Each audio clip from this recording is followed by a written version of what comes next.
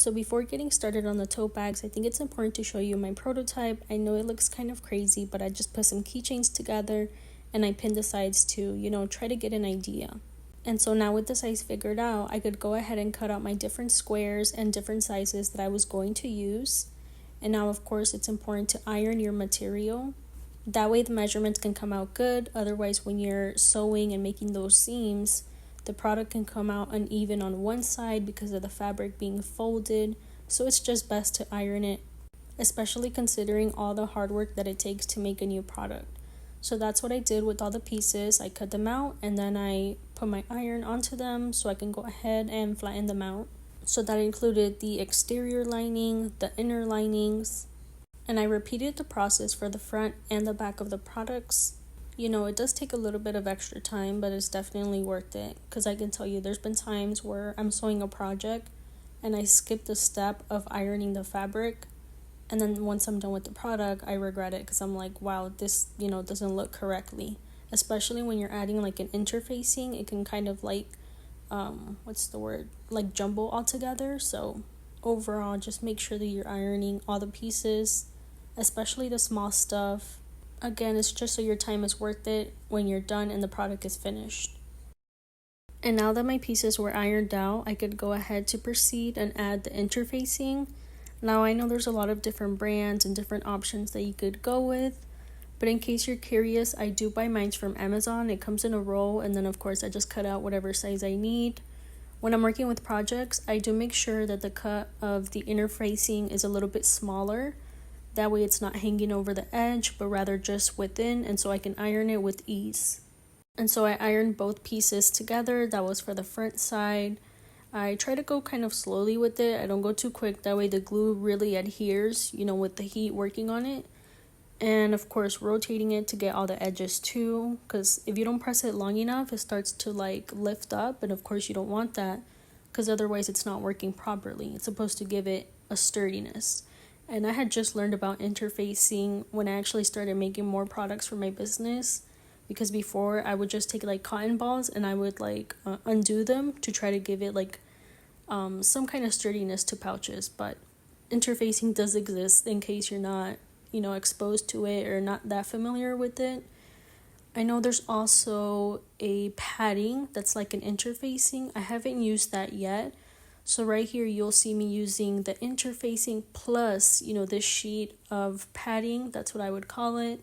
So basically it has 3 layers to it. It has the exterior, the interfacing, and then I have padding onto my product. But you can always develop a method that works, much easier for you. So I like to get the bigger panels done. That way then I can just focus on the small parts. I don't like to alternate between, the big sheet and then small sheet. I like to do all the full sheets at once and then just focus on the smaller pieces so I don't misplace them.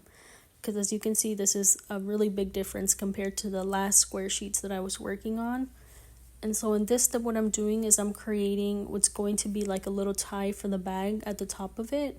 So of course I have to sew the seams for that. I have to make sure the edges are also folded, and because I want to give it a nice look. Now this would be my second tote bag that I was making. Well, technically my first one in this boxy style, because the last one, if you saw the previous video, it came out more rectangular because I did the measurements really different. But this one would be the first one in this style. So right here, I was taking a little bit longer to do the drawstrings, which seems kind of crazy because you would expect that it would be, an easier part to do. But it can be a little bit difficult trying to fold the seams and creating like a straight edge, because sometimes one of the sides is a little bit wider. So right here, of course, I was going back and forth trying to get better measurements.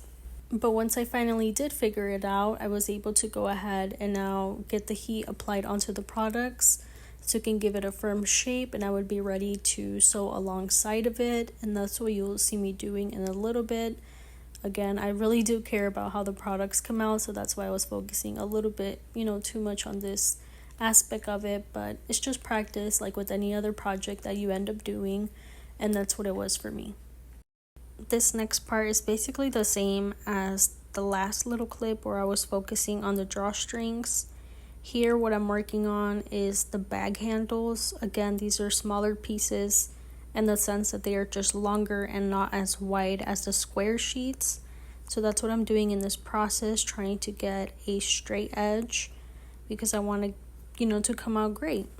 Sometimes it could be a little bit time consuming, but again, if you don't take the time from the beginning to make sure your product measurements and everything is coming out right, then when you're done with the product, you're not going to be satisfied with the results. So even though it could take a little bit of time, it is definitely worth it. And again, that's why I'm, drawing a lot of emphasis on it, because like with the last bag that I made, I wasn't super satisfied, but that was my fault because I ended up cutting a part of it that I wasn't ready to cut out, and that's why the shape came out rectangular. But that's why I decided to remake it, even though I kind of felt like giving up after the first one. But here I already have the little tie drawstrings ready, which of course that would be 2 of them for the left and the right side, and as well as the bag handles, which as you can see from the close-up, I already did the seams on the left and right, and of course I have 2 of those bag handles as well. So I started with painting out, how I wanted it to look, because you can make the bag handle to be far apart, or you can center it. This is all up to your preference. So that's what I was trying to figure out in this part of the clip. How much of a distance do I want it to be from the edges, because I also have to leave space for the seams as well. And so I was trying out 4 inches, 3 inches, 2 inches, trying to get an idea of what I think would look better. As I was mentioning, this was my first time doing it in this style, and I didn't want to mess up this bag because the last one, I felt like I, messed up on it, but this one, had to come out better because I'm not wasting any materials, everything costs money. So yeah, just take your time if it's your first time making one. And so once I figured out where I wanted to put the bag handles, how far I wanted them to be spaced apart, I had to do the same for the tie drawstrings. And so once I figured out both of those spots, I make sure to do a quick seam on them just to hold them in place. And then I was holding up both sides to get an idea of how the tote bag looks with the handles.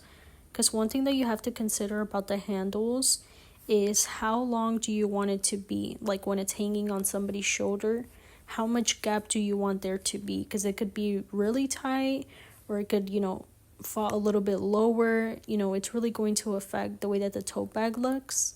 And so in this first one, that's one of the things to consider. And so I did put it over my own shoulder to get an idea of how the product would seem, because if you're holding it up, it seems like it has a lot of space. But for this one, I did put it on myself, and I felt that I could have done a little bit more of a gap. But again, this was just a trial bag, and I was writing down all my measurements, which, by the way, I definitely recommend that you do that as well. Have a sheet of paper, a notebook, somewhere where you can write down what you are doing. If you're adding linings, during what phase you're doing it, it's kind of like a little worksheet for you. That way, when you're done with the product, if anything needs to be edited, you know that you can add a few inches or take away a few inches. So that's just my quick little tip. And so once I felt comfortable with the way everything was looking, I proceeded to go ahead and add the little clips, which you can get them from the Dollar Tree, you can get them from Walmart. It's honestly much better than the pins, I feel, especially since this product has several layers. So if you're doing a bulky product, these pins work just as well, probably even better.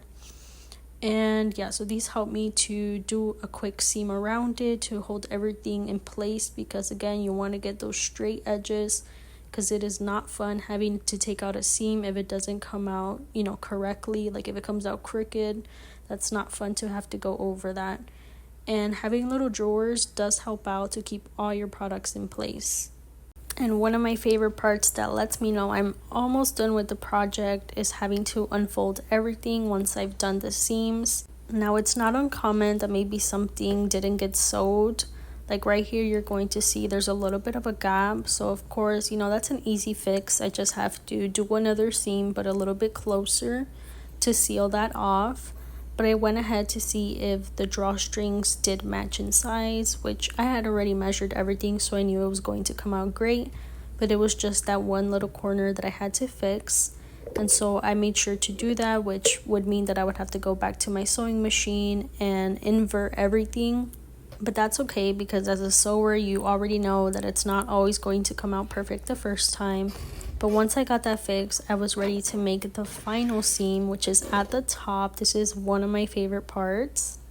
And here's that close-up of how the seams came out. I love how the top looks with a little bow front, and that can be adjusted. So one of my favorite features. The bag is definitely spacious. It's a cute size. Now I'm constantly working on new projects, so make sure that you're subscribed to my channel and definitely leave a comment because it's very motivating. Hope to see you next time.